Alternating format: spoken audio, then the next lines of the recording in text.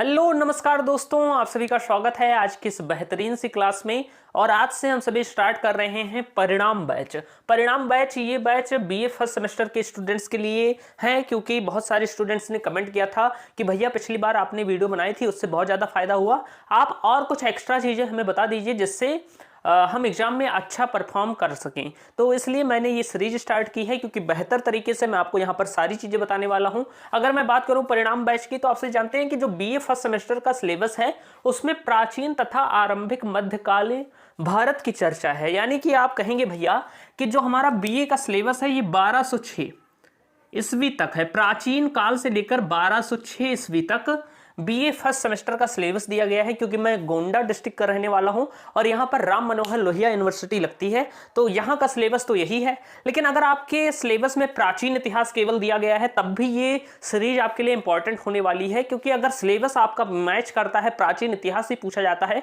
तो मैं बेहतर तरीके से आपको यहाँ पर सारी चीजें बताने वाला हूँ। तो चलिए शुरुआत करते हैं इस बेहतरीन से सेशन की। और यकीन मानिए कि मैं आपको सारी चीजें आंसर राइटिंग से लेकर किस तरह लिखना है, कितने वर्ड्स में लिखना है, इन सब के बारे में बताने वाला हूं। तो चलिए शुरुआत करते हैं इस बेहतरीन से क्लास की। और आज हम बात करने वाले हैं अति लघुत्तरीय प्रश्नों के बारे में। भैया ये अति लघुत्तरीय प्रश्न आपने अपने मन से उठा लिए हैं? नहीं भैया, आज की जो वीडियो है इसमें मैंने पिछले साल के अति लघुत्तरीय प्रश्नों को सम्मिलित किया है और उन्हें आज हम सॉल्व करने वाले हैं। क्योंकि बीए के एग्जाम में आप देखेंगे कि क्या होता है, अधिकतर के पुराने ही प्रश्न दोबारा पूछ लिए जाते हैं।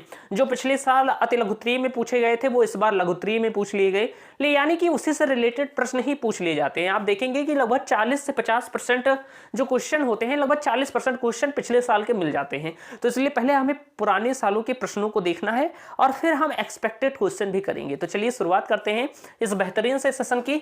आज मैं आपको अति लघुत्तरीय प्रश्नों को बताने वाला हूं। अति लघुत्तरीय प्रश्न की अगर हम बात करें तो आप कहेंगे भैया कि अति लघुत्तरीय प्रश्न जो होते हैं वो 3 अंक के होते हैं। कितने अंक के होते हैं? तो आप कहेंगे भैया 3 अंक के होते हैं। अब ये 3 अंक के होते हैं और इन्हें लगभग 50 शब्दों में लिखना होता है। कितने शब्दों में लिखना होता है भैया? तो आप कहेंगे 50 शब्दों में लिखना होता है। इनका जवाब हमें 50 शब्दों में देना होता है। बीए फर्स्ट सेमेस्टर के स्टूडेंट्स के लिए ये क्लास है। और आप सभी जानते हैं कि जो पहला सेमेस्टर होता है उसमें स्टूडेंट बहुत ज़्यादा डरा हुआ होता है कि कैसे लिखना है, कहीं फेल तो नहीं हो जाऊंगा, बहुत सारे सवाल होते हैं। तो समझिए, अगर ये सीरीज आप देखेंगे तो बेहतर तरीके से आपको सारी चीज़ें समझ में आएंगी। तो चलिए मैं शुरुआत करता हूं। अगर मैं बात करूं पहले प्रश्न की, क्योंकि आज हम अति लघुत्तरीय प्रश्नों की बात करने वाले हैं, तो अगर हम पिछले वर्ष के पेपर को देखें तो पहला प्रश्न पूछा गया था हड़प्पा से। यानी कि ऐसे आपको एक शब्द दे देता है या कुछ पूछ लेता है और कह देता है कि इस पर आपको 50 शब्दों में लिखना है। तो अगर हम बात करें तो पिछले साल आप देखेंगे पेपर उठाकर, तो जो पहला प्रश्न था अति लघुत्तरीय प्रश्नों का, उनमें पूछा गया था पहला प्रश्न हड़प्पा कि हड़प्पा के बारे में हमें बताना है। कितने शब्दों में बताना है? 50 शब्दों में बताना है। बहुत ज़्यादा नहीं बता देना है और बहुत कम भी नहीं बता देना है, एकदम मीडियम लेवल में बताना है कि जिससे हमें अंक अच्छा मिले। अच्छा, मैं हड़प्पा की बात करूं भैया, तो आपसे जानते हैं, आपने जरूर पढ़ा होगा, अगर आपने सिलेबस अच्छे से पढ़ा है तो आपने सिंधु घाटी सभ्यता पढ़ी होगी। जो ये हड़प्पा नगर है ये सिंधु घाटी सभ्यता का ही एक नगर है और यह सिंधु घाटी सभ्यता का खोजा गया पहला नगर था। इतनी चीजें आपको ध्यान रखनी है। अब हम इसे लिखना शुरू करेंगे कि आखिर किस तरह हमें परीक्षा में लिखना है। तो चलिए शुरुआत करते हैं। अगर मैं बात करूं भैया हड़प्पा के बारे में, तो आप सभी को पता है कि सिंधु घाटी सभ्यता का खोजा गया पहला नगर कौन सा है? तो आप कहेंगे भैया हड़प्पा है। तो अगर ऐसा प्रश्न पूछा जाता है तो आप कहेंगे भैया कि यह सिंधु घाटी सभ्यता का, मेरे साथ लिखते हुए चलिएगा, मैं आपको बेहतर तरीके से समझाऊंगा भी कि आपको, अगर इसमें आपने पढ़ा भी नहीं है तब भी आप अच्छे से समझ जाएंगे। इतनी बात आप ध्यान रखिएगा। अगर मैं हड़प्पा की बात करूं तो यह सिंधु घाटी सभ्यता का खोजा गया पहला नगर था। यह सिंधु घाटी सभ्यता का खोजा गया पहला नगर था।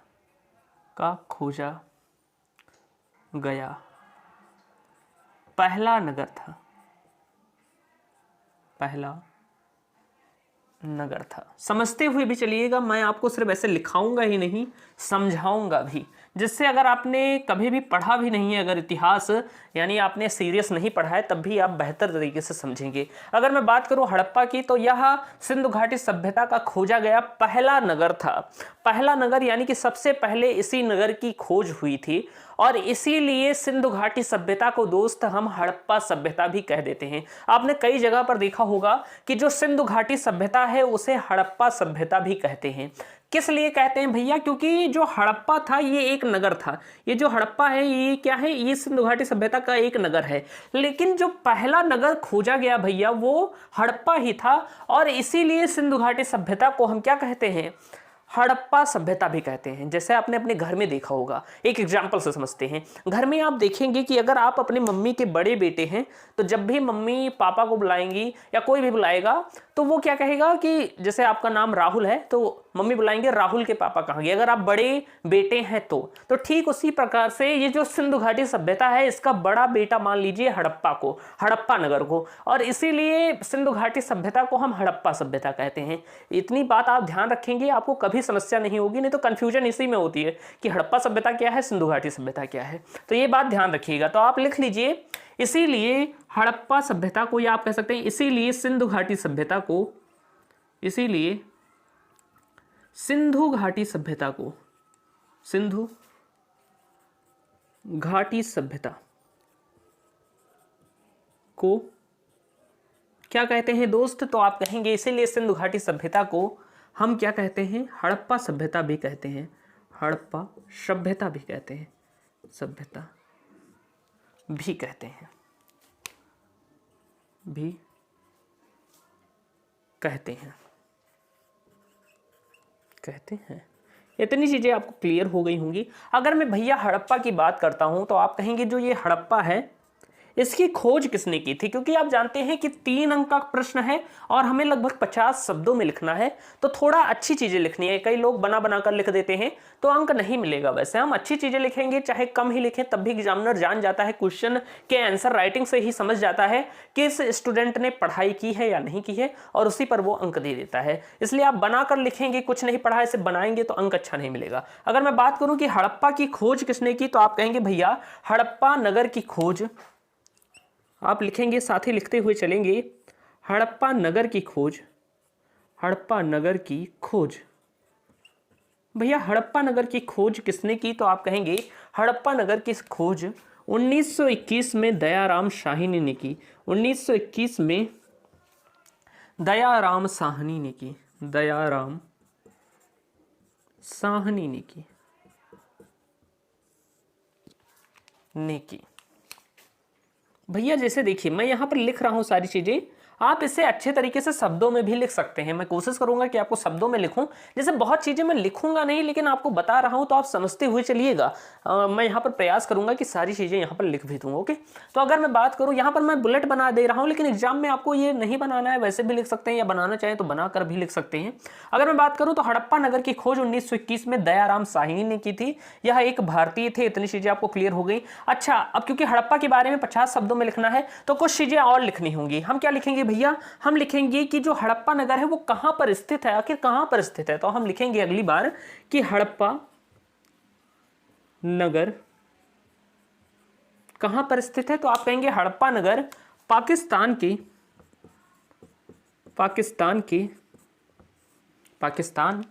के मांटगोमरी जिला में स्थित है। कहां पर स्थित है दोस्त? तो आप कहेंगे मांटगोमरी जिला, मांटगोमरी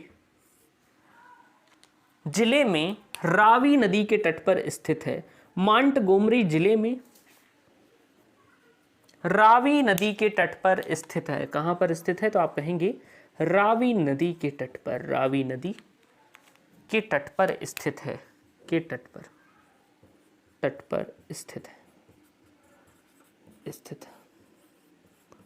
तो भैया इतनी चीजें हो गई कि हड़प्पा सभ्यता क्या है, या सिंधु घाटी सभ्यता का पहला खोजा गया नगर है, इसलिए सिंधु घाटी सभ्यता को हम हड़प्पा सभ्यता कहते हैं। आपसे फिर हमें क्योंकि 50 शब्दों में लिखना है तो कुछ चीजें और ऐड करनी होगी। अब ये नहीं कि बकवास ऐड कर लें, रियल चीजें ऐड करनी है। जैसे हड़प्पा नगर की खोज 1921 में दयाराम साहनी ने की। हड़प्पा नगर पाकिस्तान के मांटगोमरी जिला में स्थित है। किस नदी के तट पर? तो भैया रावी नदी के तट पर स्थित है। इसके पश्चात मैं बात करूं, क्योंकि थोड़ा और लिख देंगे तो सही ही रहेगा। अगर मैं बात करूं तो आप लिख देंगे कि यहां से कुछ प्रमुख साक्ष्य प्राप्त हुए। तो आप लिख देंगे भैया कि यहां से कुछ प्रमुख साक्ष्य प्राप्त हुए, कुछ प्रमुख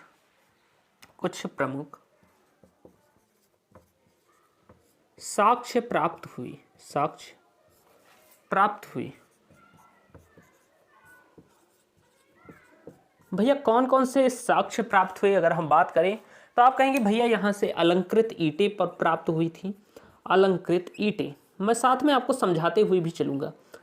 अलंकृत ईंटें कहने का क्या मतलब है कि जो सजावटी ईंटें होती हैं, एक तो सिंपल ईंट होती है, लेकिन अगर ईंट पर बहुत सारी डिजाइन बना दी जाए तो उसे अलंकृत ईंट कहते हैं। जैसे आप देखते होंगे कि जो हमारा हिंदी काव्य होता है उसमें अलंकार का प्रयोग करके काव्य को सुंदर बनाया जाता है, सजावटी बनाया जाता है, वैसे ईंटों पर जब सजावट की जाती है तो उसे हम अलंकृत ईंटें कहते हैं। इसके साथ साथ आप कहेंगे भैया यहाँ से RH-37 कब्रिस्तान भी प्राप्त हुआ था। RH-37 कब्रिस्तान प्राप्त हुआ था। अच्छा भैया इसके बाद अगर हम बात करें तो और क्या प्राप्त हुआ था, तो यहाँ से भैया अन्नागार भी प्राप्त हुआ था। अन्नागार ध्यान रखिएगा मोहनजोदड़ो से भी प्राप्त होगा, तो यहाँ भी लिख सकते हैं। अगर मैं बात करूँ और चीज़ों के बारे में तो भैया आप कहेंगे यहाँ से श्रमिक आवास प्राप्त हुआ था। श्रमिक आवास भी यहाँ से प्राप्त हुआ था। इसके अतिरिक्त अगर मैं बात करूँ तो स्त्री के गर्भ से निकलता हुआ, स्त्री के गर्भ से निकलता वृक्ष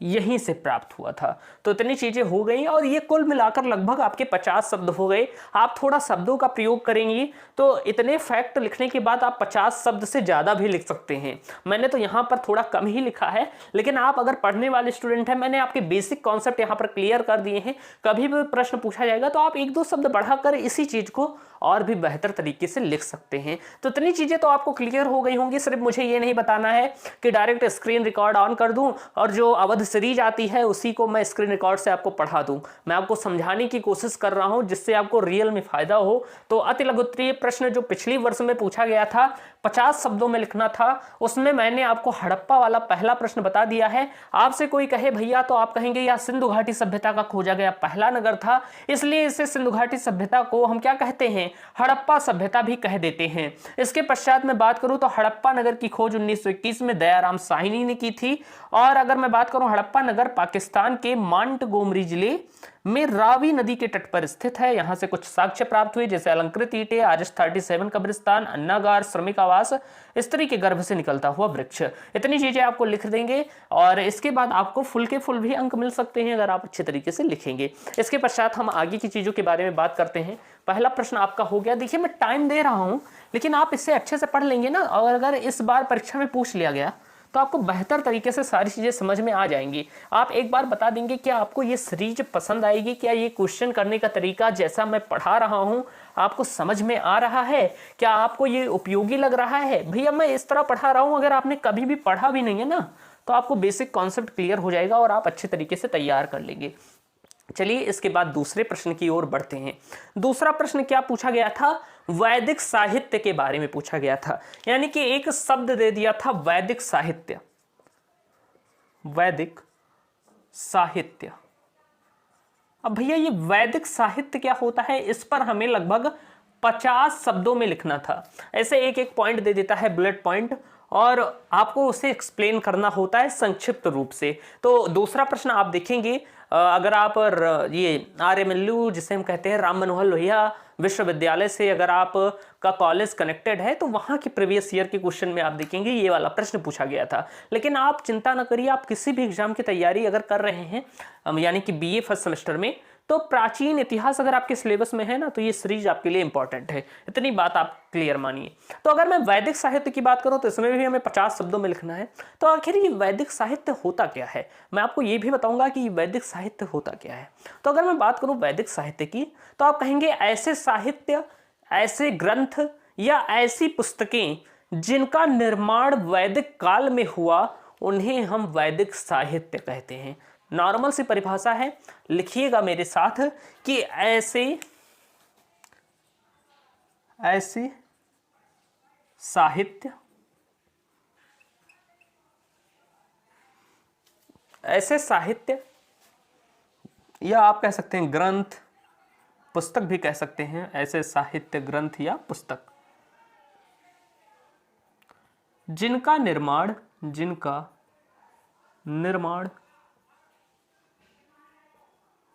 कब हुआ, तो आप कहेंगे जिनका निर्माण भैया वैदिक काल में हुआ। वैदिक काल में हुआ, वैदिक काल में हुआ। ऐसे ग्रंथों को या ऐसे साहित्य को हुआ, उन्हें हम क्या कहते हैं? आप कह देंगे उन्हें हम वैदिक साहित्य कहते हैं। क्या कहते हैं भैया? तो उन्हें हम वैदिक साहित्य कहते हैं, वैदिक साहित्य कहते हैं, वैदिक साहित्य कहते हैं। इतनी चीजें आपको क्लियर होंगी। आपसे कहा जाए, क्योंकि वैदिक साहित्य में आपसे पूछा था, तो वैदिक साहित्य उसे कहते हैं, ऐसा साहित्य जिनका निर्माण वैदिक काल में हुआ उन्हें हम वैदिक साहित्य कहते हैं। लेकिन परीक्षा में क्या है, आपको 50 शब्दों में लिखना है। ये 3 अंक के जो प्रश्न पूछे जाते हैं इन्हें हमें 50 शब्दों में लिखना होता है। अब भैया जब 50 शब्दों में लिखना है तो इतना तो 50 शब्द हुआ नहीं, हमें कुछ चीजें और ऐड करनी होगी। तो अब हम बात करेंगे वैदिक साहित्य के प्रकारों के बारे में कि आखिर वैदिक साहित्य में कौन कौन सी चीजें आती हैं। तो अगर मैं बात करूं वैदिक साहित्य की, दोस्त समझिएगा, आपको समझना है बस। एग्जाम में तो आप लिख ही लेंगे अगर आपको नॉलेज होगा। मेन चीज है नॉलेज गेन करना। एक बात आपको नॉलेज है, अगर आप जानते हैं वैदिक साहित्य क्या है, इसके अंतर्गत कौन कौन से ग्रंथ आते हैं, तो आप लिख लेंगे, क्योंकि शब्दों में ही लिखना है। तो समझिए कि आखिर समझना क्या है। अगर मैं वैदिक साहित्य की बात करूं तो आप कहेंगे भैया इसका सबसे बड़ा एग्जाम्पल क्या है? वेद है। वेद एक क्या है? वैदिक साहित्य है। अच्छा, तो हम यहां पर थोड़ा एक लाइन में वेद के बारे में लिख भी सकते हैं, जिससे क्या होगा, आंसर राइटिंग सही होगी। और क्या आप कह सकते हैं, आंसर राइटिंग कहने का मतलब कि लिखने की कला। जब आप इसे थोड़ा सा एक्सप्लेन कर देंगे, एग्जामिनर देखेगा तो जानेगा कि उसे वेदों के बारे में पता है, उसे ब्राह्मण ग्रंथों के बारे में पता है, यानी स्टूडेंट ने पढ़ाई की है, तो वैसे ही एक्सप्रेशन अच्छा आ जाता है और अंक अच्छा मिल जाता है। तो अगर मैं बात करूं वेदों के बारे में, तो आप लिख लेंगे कि वेदों को श्रुति कहा गया है। वेद की अगर हम बात करें तो वेदों को श्रुति कहा गया है, वेदों को श्रुति कहा गया है। अब भैया ये श्रुति क्या होता है? वेदों को श्रुति कहा गया है। अब भैया ये श्रुति क्या होता है? श्रुति का अर्थ होता है सुनकर याद रखना। यानी कि आप देखेंगे प्राचीन काल में मनुष्यों को जब उतना ज़्यादा लिखने की कला का ज्ञान नहीं था, या आप कह सकते हैं उतनी सारी चीज़ें नहीं थी, लिपि का ज्ञान नहीं था, तो क्या था कि जो ऋषि मुनि होते थे या गुरु होते थे, वो अपने शिष्यों को वेदों का ज्ञान देते थे, वो सुनकर याद कर लेते थे, और फिर वो जब गुरु बनते थे तो वो अपने शिष्यों को ज्ञान देते थे। ऐसे ही यानी कि कई वर्षों तक क्या हुआ, कई 100 वर्षों तक वेदों को सिर्फ सुनकर याद रखा गया, उसे लिखा नहीं गया था, इसलिए इसे श्रुति भी कहते हैं। श्रुति का अर्थ होता है सुनकर याद रखना, यानी कि बहुत सारे वर्षों तक वेद लिखे नहीं गए थे, वो सिर्फ सुनकर याद किए गए थे। मैंने किसी को बताया, जब वह सीख गया तो उसने किसी को और को बताया, और वह सीख गया तो उसने किसी और को बता दिया। ऐसे ही करते वेदों का ज्ञान सिर्फ घूम रहा था, कहीं पर लिखा नहीं था, इसलिए वेदों को हम श्रुति कहते हैं। अब फिर कहेंगे भैया कुल वेद 4 हैं। आप लिख देंगे कि कुल वेद 4 हैं। कुल वेद क्या है भैया? तो कुल वेद 4 हैं, और जो ये वेद हैं ये वैदिक साहित्य के अंतर्गत ही आते हैं। वेद वैदिक साहित्य के अंतर्गत ही आते हैं। आप यहाँ पर उदाहरण कर कर लिख भी सकते हैं। उदाहरण, वैदिक साहित्य का उदाहरण क्या है? तो उदाहरण है जैसे वेद, वेदों को श्रुति कहा गया है, कुल वेद 4 हैं। कौन कौन से वेद हैं भैया? तो आप कहेंगे भैया ऋग्वेद, सामवेद, यजुर्वेद। और कौन सा वेद है भैया? तो आप कहेंगे तथा अथर्ववेद। अब इन वेदों को नहीं एक्सप्लेन करना है, क्योंकि यहाँ पर मैं अति लघुत्तरीय प्रश्नों की बात कर रहा हूँ, तो हमें इतनी चीजें लिखनी नहीं है, उतना काफी है। इसके बाद हम दूसरा एग्जाम्पल दे देते हैं, जैसे कि ब्राह्मण ग्रंथ दे देते हैं। ब्राह्मण ग्रंथ। अच्छा भैया ये ब्राह्मण ग्रंथ क्या होते थे, आपको पता है? अगर पता है तो कमेंट में बता दीजिएगा।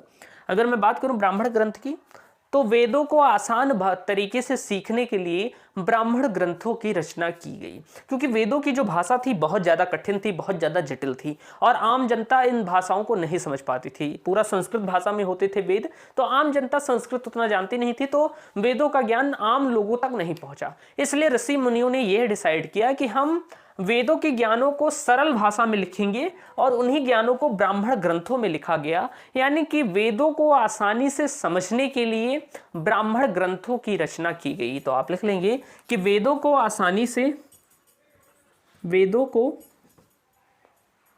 को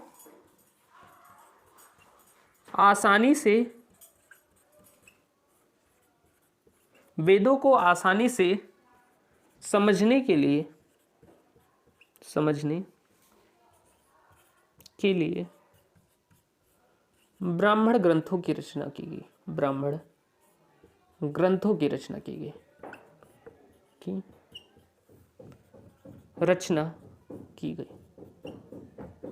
अब इतनी चीजें क्लियर हो गई।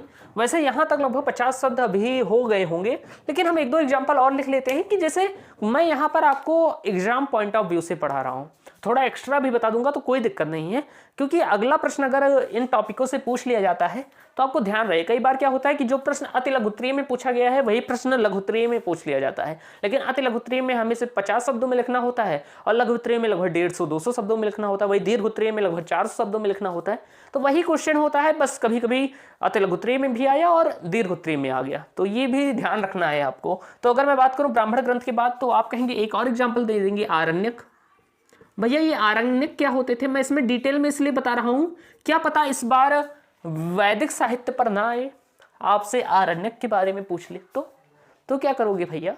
अगर पिछली बार वैदिक साहित्य के बारे में पूछा है और अब की बार आरण्यक पूछ ले कि आरण्यक क्या होता है, तो पता तो होना चाहिए कि आरण्यक क्या होता है, इसलिए ये भी बता रहा हूं मैं आपको। कोई मैं ये नहीं कर रहा हूं कि सिर्फ अति लघुत्तरीय ही बताऊंगा, थोड़ा मैं एक्स्ट्रा भी बता दूंगा आपको। अगर मैं बात करूं आरण्यक की, तो आरण्यक जंगल में लिखे जाने के कारण आरण्यक कहे गए। आप कहेंगे कि वह ग्रंथ जो जंगलों में लिखे गए आरण्यक कहलाए, वह पुस्तकें या वह ग्रंथ जो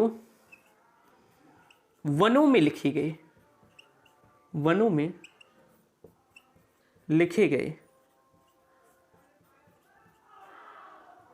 आरण्यक कहलाए, आरण्यक कहलाए।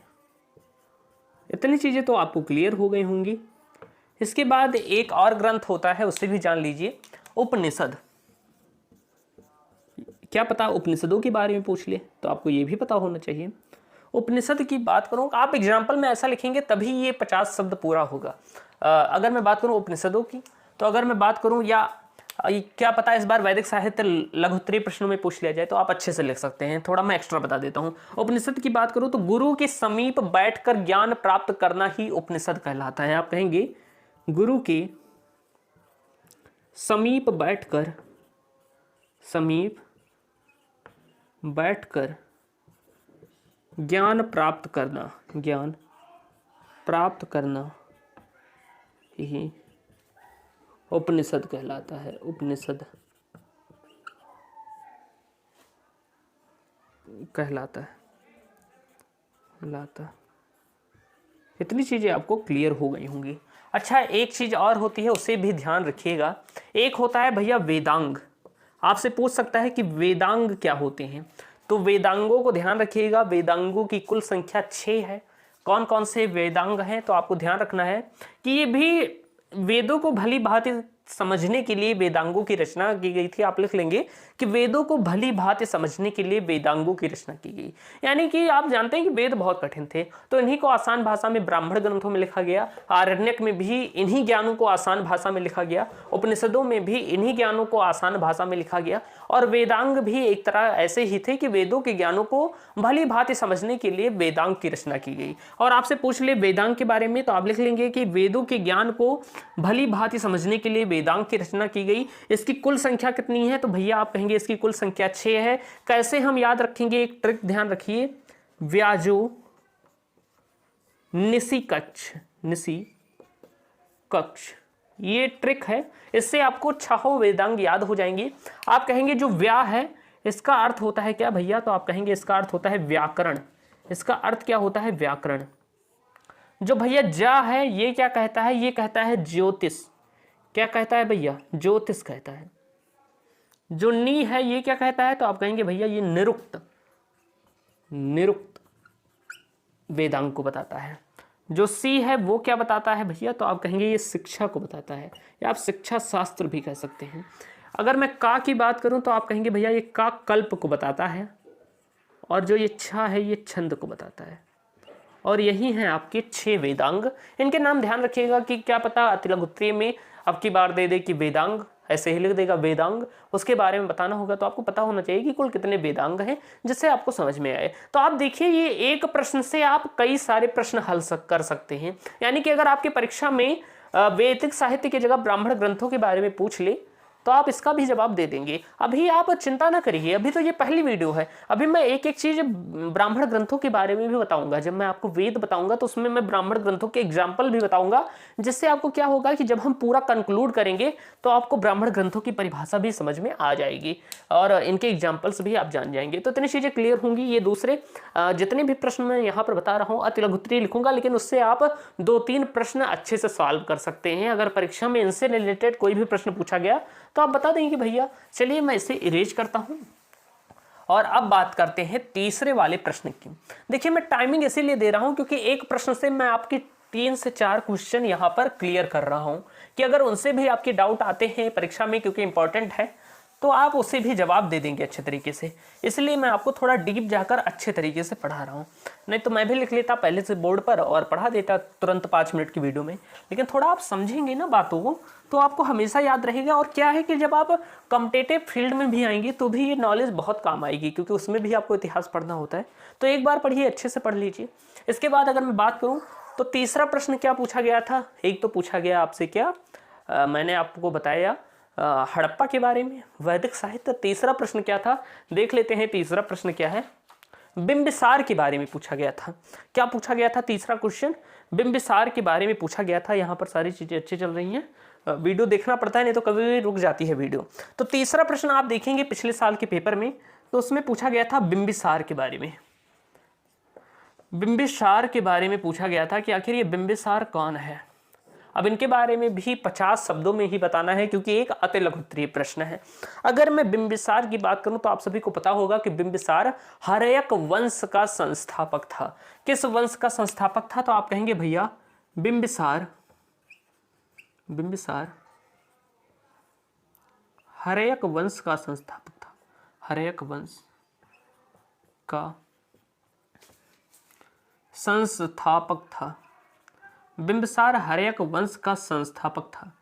इतनी चीज तो आपको क्लियर होगी, क्योंकि इसने मगध पर, या आप कह सकते हैं भारत में, हर्यक वंश की स्थापना की थी, या हर्यक वंश का संस्थापक था। एक बहुत ही प्रतिभाशाली राजा था। तो आप ये भी लिख सकते हैं कि यह एक प्रतिभाशाली राजा था, क्योंकि हमें डिस्क्रिप्टिव यानी कि लिखना है तो ये सब चीजें हमें सम्मिलित करनी होगी, तभी वर्ड लिमिट भी बढ़ेगी। तो अगर हम बात करें, यह एक योग्य तथा शक्तिशाली राजा था। योग्य तथा शक्तिशाली शासक था। शक्तिशाली क्या था, तो आप कहेंगे भैया यह योग्य तथा शक्तिशाली शासक था। इतनी चीजें आपको बेहतर तरीके से समझ में आई होंगी साथी। अच्छा, जितने साथी गोंडा डिस्ट्रिक्ट से देख रहे हैं, गोंडा जो मेरा डिस्ट्रिक्ट है, और क्या आप LBS डिग्री कॉलेज से पढ़ रहे हैं, तो एक बार कमेंट जरूर कर दीजिएगा अगर कोई दोस्त ऐसा है जो यहाँ से पढ़ रहा है। ओके, तो ये बात आप ध्यान रखिएगा, क्योंकि मेहनत कर रहे हैं, अपने जिले का जब देखता है तो और आनंद आता है, उससे मिल भी सकते हैं। अगर मैं बात करूं, बिंबिसार हर्यक वंश का संस्थापक था, यह एक योग्य तथा शक्तिशाली शासक था। इतनी चीजें तो आपको क्लियर हो गई। अगर हम बात करें तो इसने, जो बिंबिसार था, इसने 544 ईसा पूर्व से 544 BC, जिसे हम कहते हैं ईसा पूर्व से 492 BC यानी कि ईसा पूर्व तक शासन किया। एक लंबे वर्ष तक शासन किया इसने। यह भारत पर, या आप कह सकते हैं भारत में शासन करने वाला सबसे लंबी अवधि का राजा था। यानी कि आपसे कभी भी पूछा जाए कि भारत के इतिहास में सबसे लंबे समय तक शासन करने वाला शासक कौन सा था, तो वो बिंबिसार था। इसने 544 ईसा पूर्व से 492 ईसा पूर्व तक शासन किया। लगभग 52 वर्षों तक इसने शासन किया था। इतनी चीजें आपको क्लियर हो गई होंगी दोस्त। अगर मैं बात करूं तो इसने अपने पड़ोसी राज्यों के साथ वैवाहिक संबंध स्थापित किए थे, क्योंकि क्या था कि इसके समय में मगध बहुत छोटा राज्य हुआ करता था, लेकिन आगे चलकर मगध बहुत ही शक्तिशाली शासन करेगा और बहुत ही शक्तिशाली साम्राज्य बनेगा मगध। लेकिन ये पहला वंश था, ये पहला ही शासक था, तो इसके आसपास में बहुत सारे क्या थे, दुश्मन रहते थे, पड़ोसी राज्य थे। तो इसने क्या किया कि वैवाहिक संबंध स्थापित किए। अपने पड़ोसी राज्यों से क्या करता था, विवाह कर लेता था। और जब भैया विवाह कर लोगे तो क्या होगा, कोई दिक्कत ही नहीं। जैसे क्या होगा, तब तो दामाद जी बन जाएंगे, और जब दामाद जी बन जाएंगे तो कोई दिक्कत नहीं, तब तो युद्ध करने की जरूरत भी नहीं। और जिस तरफ विवाह कर लोगे उस तरफ सीमा पर सेना लगाने की जरूरत ही नहीं, क्योंकि रिश्तेदारी हो चुकी है तो कोई आक्रमण करेगा ही नहीं। तो भैया बिंबिसार जो था, इसने वैवाहिक संबंधों द्वारा अपने पड़ोसी राज्यों के साथ मित्रवत संबंध स्थापित किए। तो आप लिखेंगे इसने, या आप कह सकते हैं बिंबिसार ने बिंबिसार ने अपने पड़ोसी राज्यों के साथ, अपने पड़ोसी राज्यों के साथ वैवाहिक संबंध स्थापित किए, वैवाहिक संबंध स्थापित किए, वैवाहिक संबंध स्थापित किए। क्योंकि 50 शब्दों में लिखना है तो कुछ चीजें हम और लिख देंगे कि आखिर किससे किससे इन्होंने वैवाहिक संबंध स्थापित किए थे। वैसे तो बौद्ध ग्रंथ महावज्ञ के अनुसार बिंबिसार ने लगभग 500 शादियां की थी। ऐसा कहा जाता है कि बिंबिसार ने लगभग 500 शादियां की थी, बहुत सारी शादियां की थी। लेकिन जो मेन है उन्हें हम जानेंगे जो प्रमाणित हैं। तो अगर हम बात करें तो बिंबिसार ने, अगर बात करें पहली शादी की, तो आप कहेंगे बिंबिसार ने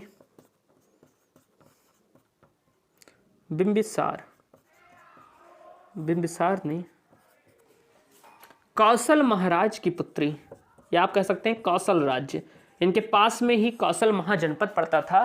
तो कौशल के राजा को क्या कहते थे? कौशल राज कहते थे। और कौशल राज की पुत्री महाकौशला के साथ बिंबिसार ने विवाह किया था। किसके साथ भैया विवाह किया था? तो आप कहेंगे भैया महाकौशला के साथ, महाकौशला के साथ विवाह किया। महाकौशला के साथ क्या किया भैया? तो महाकौशला के साथ विवाह किया। ये पिछले साल ये वाला प्रश्न पूछा गया है, आप पेपर देखेंगे तो उसमें आपको ये नजर आएगा। तो इतनी चीजें आपको क्लियर हो गई, क्योंकि बहुत ही इंपॉर्टेंट प्रश्न है तो आपसे पूछा जा सकता है। तो बिंबिसार ने कौशल राज की पुत्री महाकौशला के साथ विवाह किया। और भैया जब विवाह किया तो दहेज तो मिलेगा ही। दहेज की प्रथा आज से नहीं चली आ रही है, वर्षों से चली आ रही है। तो भैया बिंबिसार को कौशल राज ने क्या दिया? तो एक बहुत बड़ा दहेज दिया। आज की तरह नहीं कि 4 व्हीलर 2 व्हीलर दे दिया, ऐसा नहीं। इन्होंने एक राज्य दान में दे दिया, या आप कह सकते हैं दहेज में दे दिया। और दहेज में बिंबिसार को क्या मिला? तो काशी जनपद, या आप कह सकते हैं काशी शहर मिला। तो आप कहेंगे कि बिंबिसार को दहेज में, बिंबिसार को दहेज में काशी महाजनपद प्राप्त हुआ। काशी महाजनपद प्राप्त हुआ, काशी महाजनपद, या आप कह सकते हैं काशी महाजनपद कहिए, या मैं कह सकता हूं काशी राज्य प्राप्त हुआ। काशी राज्य प्राप्त हुआ, जहां से हर वर्ष, जहां से प्रत्येक वर्ष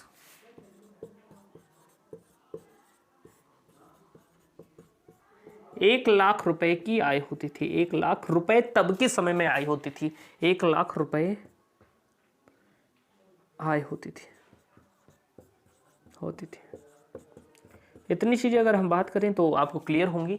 अगर मैं दूसरे विवाह की बात करूं तो वज्जी संघ की राजकुमारी चेलन्ना के साथ इन्होंने विवाह किया। बिंबिसार ने वज्जी संघ की राजकुमारी, वज्जी संघ की राजकुमारी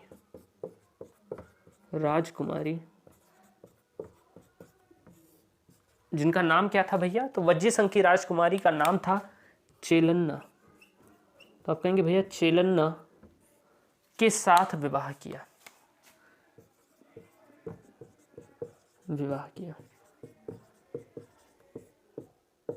भैया वज्जी की राजधानी क्या थी? तो आप कहेंगे वैशाली। और वज्जी की राजधानी वैशाली थी, तो इन्हें वैशाली की राजकुमारी भी कहा जाता है। ये किसकी पुत्री थी? तो आप कहेंगे भैया ये राजा चेटक की पुत्री थी। राजा चेटक की पुत्री थी। इतनी चीजें आपको क्लियर होंगी। यानी कि अब आपसे अगर बिंबिसार पर लघु उत्तरीय प्रश्न भी पूछ लेता है कि आखिर बिंबिसार कौन था, तब भी आप आंसर दे देंगे।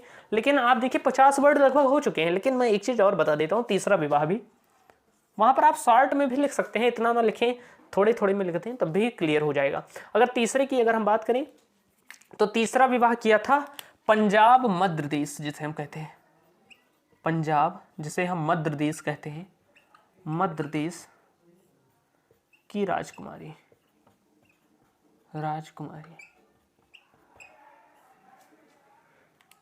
जिनका नाम था क्षेमा, या जिन्हें हम खेमा भी कह देते हैं। क्षेमा, या जिन्हें हम क्या कह देते हैं? खेमा से विवाह हुआ। तो ये 3 प्रमुख विवाह किए थे, जिसके पश्चात बिंबिसार का क्या हुआ, राज्य पूरा सुरक्षित हो गया था, आसपास के राज्यों से इन्होंने वैवाहिक संबंध स्थापित कर लिए थे। अब और भी चीजें हम लिख सकते हैं बिंबिसार पर, लेकिन हम बात कर रहे हैं यहाँ पर साथी अति लघुत्तरीय प्रश्नों की, तो बहुत ज्यादा नहीं जाएंगे कि बहुत ज्यादा बड़ा लिख दें, क्योंकि अगर यही प्रश्न अभी ये सीरीज कंटिन्यू रहेगी, अगर यही प्रश्न आपको लघुत्तरीय और दीर्घोत्तरीय में भी देखने को मिलेगा तो वहां पर हम और डिटेल में जाएंगे। यानी कि हम ये भी बात करेंगे कि अवंती के शासक चंड प्रद्योत की जब तबीयत खराब हुई थी, जो बिंबिसार का सबसे बड़ा शत्रु था, तो उस चंड प्रद्योत का इलाज करने के लिए बिंबिसार ने अपने राज्य वैद्य जीवक को भेजा था। फिर हम इसी में बात करेंगे कि बिंबिसार के 2 पुत्र थे, एक था कौन, तो आप कहेंगे भैया बिंबिसार के 2 पुत्र थे, अजातशत्रु हो गया, और अगर मैं बात करूं अजातशत्रु की तो अजातशत्रु इसके बाद क्या बनेगा, तो आप कहेंगे भैया इसके बाद अजातशत्रु शासक बनेगा। तो इन सब के बारे में भी हम जानेंगे, लेकिन क्योंकि अति लघुत्तरीय प्रश्न है तो इतनी चीजें लिखनी है। कई लोग क्या करते हैं, ये गलती करते हैं कि अति लघुत्तरीय में बहुत बड़ा लिख देते हैं। बहुत बड़ा लिखोगे तब भी 3 ही अंक मिलेगा, और अगर उतने शब्दों में लिखोगे तभी भी 3 अंक मिलेगा, क्योंकि समय कम रहता है। तो आपको बहुत ज्यादा ओवर नहीं जाना है, जितना परीक्षा वाला पूछ रहा है उतना ही आंसर देना है। नहीं तो ये नहीं कि बिंबिसार के बारे में तुम्हें सारी चीजें पता है तो तुमने अति लघुत्तरीय प्रश्न का आंसर ही 4 पेजों में लिख दिया, उससे कोई फायदा नहीं होगा। आप अति लघुत्तरीय प्रश्न को 4 पेज में लिखें, 8 पेज में लिखिए, या एक ही प्रश्न को 32 के 32 पेजों में लिख दें, आपको मिलेगा 4 ही अंक। इसलिए आप कोशिश करिए कि ज्यादा से ज्यादा प्रश्नों को अटेंड करिए, उन्हें मतलब लिखिए, ये कोशिश करिएगा। अगर 50 से कम भी शब्द होते हैं, 40-30 शब्द, तब भी आपको अंक मिल जाते हैं अगर आपने सही चीजें लिखी हैं। अब गलत चीजें लिखोगे तो एग्जामिनर वैसे भी काट लेगा, चाहे जितना आप शब्द में लिखे हों। तो इतनी चीजें आपको क्लियर होंगी। अगर मैं बात करूं इसके बाद, तो एक प्रश्न और पूछा गया था पिछले साल, आप देखेंगे। अगर मैं बात करूं तो चंद्रगुप्त प्रथम पूछा गया था, तो उसके बारे में बात कर लेते हैं। चंद्रगुप्त प्रथम, जैसे बिंबिसार है वैसे ही चंद्रगुप्त प्रथम के बारे में पूछा गया था। 50 शब्दों में हमें इसका लिखना है जवाब।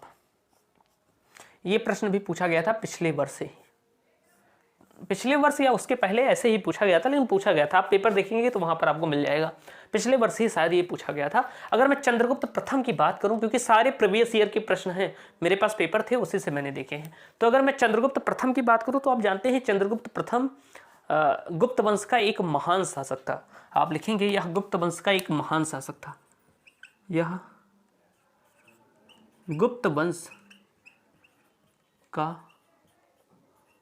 महान शासक था, महान शासक था। यह गुप्त वंश का क्या था, एक महान शासक था। गुप्त वंश का एक महान शासक था, लिख लेंगे एक महान शासक था, क्योंकि गुप्त वंश में बहुत सारे महान शासक हुए हैं। चंद्रगुप्त द्वितीय भी महान था, जिसे विक्रमादित्य कहा जाता है, या उसने विक्रमादित्य की उपाधि धारण की थी। समुद्रगुप्त बहुत ज्यादा शक्तिशाली शासक था। कुमारगुप्त, ये सभी अच्छे शासक थे गुप्त वंश के। तो अगर मैं बात करूं तो यह गुप्त वंश का एक महान शासक था। महान शासक क्यों था, क्योंकि इसे गुप्त वंश का वास्तविक संस्थापक कहा जाता है। तो आप कहेंगे भैया इसे गुप्त वंश का वास्तविक संस्थापक कहा जाता है, वास्तविक संस्थापक कहा जाता है।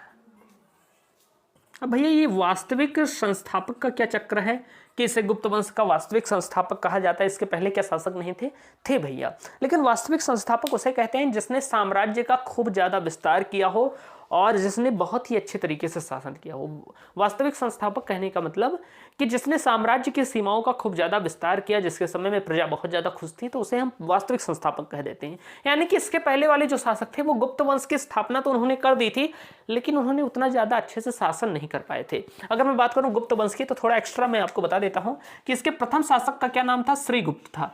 अगर आपसे परीक्षा में कभी भी पूछा जाए, जो माइनर वाले स्टूडेंट होंगे उनसे अगर पूछा जाए कि गुप्त वंश का संस्थापक कौन था, तो आप कहेंगे भैया गुप्त वंश का संस्थापक श्रीगुप्त था। लेकिन अगर आपसे कहा जाए कि गुप्त वंश का वास्तविक संस्थापक कौन था, तो आप कहेंगे भैया वास्तविक संस्थापक चंद्रगुप्त प्रथम था। अब श्रीगुप्त के बाद भैया कौन आता है, तो घटोत्कच आता है। इसके बाद क्या आता है, घटोत्कच आता है।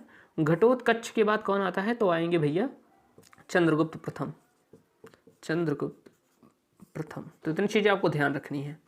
तो ये आए, फिर उसके बाद ये आए, लेकिन ये उतने फेमस नहीं थे। इन्होंने राज्य की स्थापना तो कर दी, गुप्त वंश की स्थापना तो कर दी, लेकिन जो रियल चीज है, जहां पर साम्राज्य विकसित होना चालू हुआ वो चंद्रगुप्त प्रथम के शासनकाल में हुआ।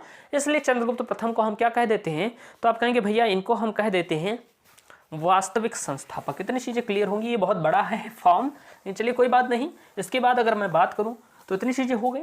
अच्छा, इन्होंने भी वैवाहिक संबंधों से अपना राज्य का विस्तार किया था और इन्होंने बिंबिसार की भांति ही लिच्छवी गणराज्य की एक राजकुमारी कुमार देवी से शादी किया था। लेकिन आप देखेंगे जो ये हैं ये बहुत दिनों बाद आएंगे, बहुत दिनों बाद, यानी कि वो ईसा पूर्व में थे और ये ईसवी में थे। ये लगभग 319-20 या आप कह सकते हैं 300 ईस्वी में, यानी कि चौथी शताब्दी जो होती है उसमें ये आए हैं शासन करने, और बिंबिसार जो है वो ईसा पूर्व में था।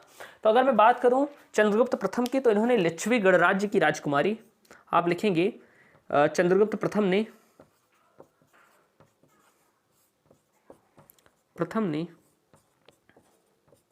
लिच्छवी गणराज्य की राजकुमारी, लिच्छवी गणराज्य की राजकुमारी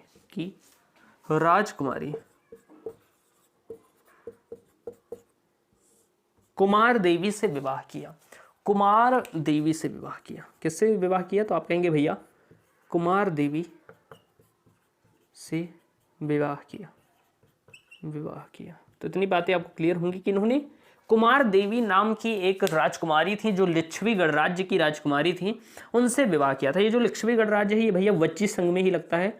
वज्जी के निवासियों को ही हम क्या कहते हैं, लिच्छवी कहते हैं। वज्जी की राजधानी क्या है भैया, तो आप कहेंगे वैशाली है। इतनी चीजें आपको क्लियर हो गई दोस्त, तो इतनी चीजें आपको क्लियर होगी। अच्छा, विवाह के अवसर पर ही इसने एक सिक्के का प्रचलन चालू किया था। तो ये बात आप ध्यान रखिएगा कि इसी उपलक्ष्य में जब इनका विवाह हुआ, तो आप कहेंगे विवाह के उपलक्ष्य में, या कह सकते हैं इसी उपलक्ष्य में चंद्रगुप्त प्रथम, भैया इसमें कंफ्यूज ना होइएगा, चंद्रगुप्त मौर्य दूसरा है, चंद्रगुप्त प्रथम दूसरा है और चंद्रगुप्त द्वितीय भी दूसरा है। यानी कि ये तीनों शासक जो हैं एक ही नाम के हैं, लेकिन इनके पीछे, एक के नाम के पीछे मौर्य लगा है तो वो मौर्य वंश का संस्थापक हो जाएगा, एक के नाम के पीछे प्रथम लगा है तो ये गुप्त वंश का वास्तविक संस्थापक हो जाएगा, और एक के नाम पर इसी वंश में चंद्रगुप्त द्वितीय लगेगा तो वो क्या हो जाएगा, वो इस वंश का सबसे महानतम शासक हो जाएगा। यानी कि वो एक महानतम शासक था और सबसे महानतम समुद्रगुप्त को माना गया, यानी ये दोनों बहुत ही महानतम शासक थे। तो अगर मैं बात करूं, गुप्त काल को भारतीय इतिहास का स्वर्ण काल भी कहा जाता है, ये बात आप ध्यान रखिएगा। सबसे ज्यादा रचनाएं, धर्म का प्रचार प्रसार, जो सनातन धर्म की प्रचार प्रसार है, इसी काल में हुआ। इसी काल में मूर्ति पूजा की भी शुरुआत हुई। आप देखेंगे मतलब जो आज के समय में हम देवी देवताओं का पूजन करते हैं, शिव जी, विष्णु जी, ये जो वैष्णव धर्म है, शैव धर्म है, इन सब की शुरुआत गुप्त काल में ही हुई थी।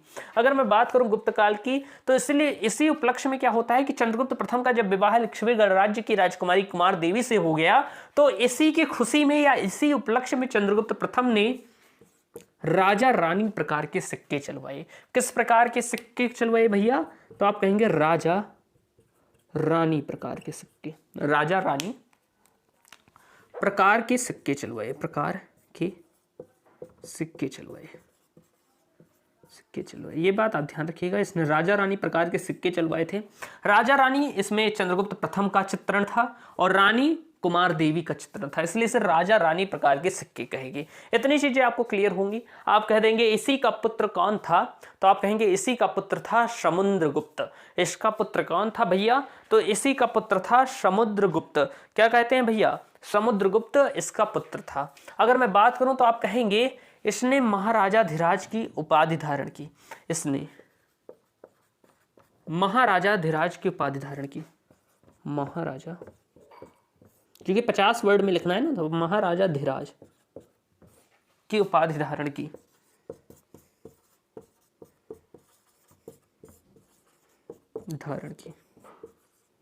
इसने महाराजाधिराज की उपाधि धारण की। इसी के द्वारा एक काम और किया गया था दोस्त, आप लिख लीजिएगा कि इसी ने गुप्त संवत की शुरुआत की। इसी ने गुप्त संवत की शुरुआत की। गुप्त संवत जो है, जो लगभग 319-320 ईस्वी में चालू हुआ था, 319-320 ईस्वी में चालू हुआ था। इसी ने गुप्त संवत की शुरुआत की। किसने, चंद्रगुप्त प्रथम ने।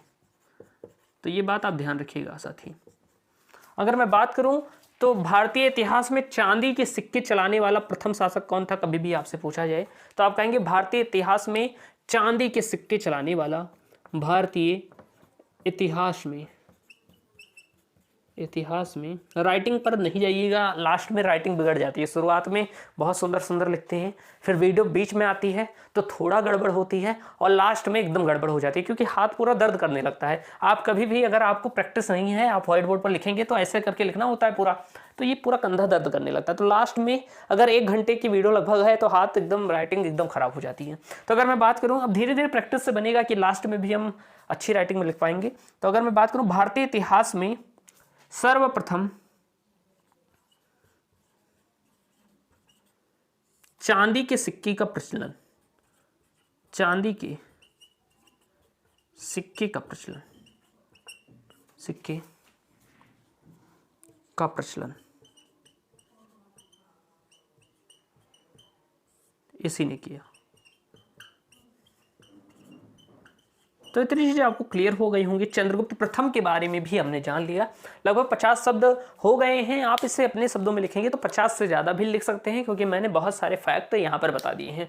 तो उम्मीद है आज की यह वीडियो आपको पसंद आएगी। अगर ये वीडियो आपको पसंद आ रही हो ना, तो एक कमेंट जरूर रख दीजिएगा कि आप लिख दीजिएगा इसके बारे में कि क्या आप इस सीरीज को कंटिन्यू चाहते हैं।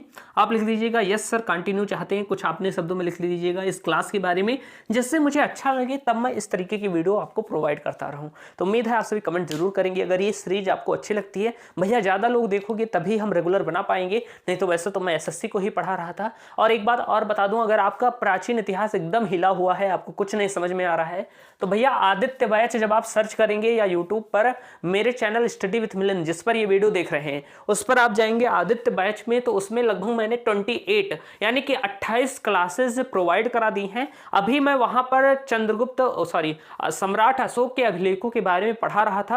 अब मौर्य साम्राज्य का अंत होने वाला है उसमें, तो उसमें मैंने मौर्य साम्राज्य तक सारी चीजें बता दी हैं। आगे की क्लासेस जल्द ही आएंगी, तो उन्हें आप देख लीजिएगा अगर आपके एग्जाम जल्द ही होने वाले हैं। तो चलिए मिलते हैं अगली वीडियो में, तब तक के लिए जय हिंद, वंदे मातरम। हमेशा हंसते रहिए और मुस्कुराते रहिए।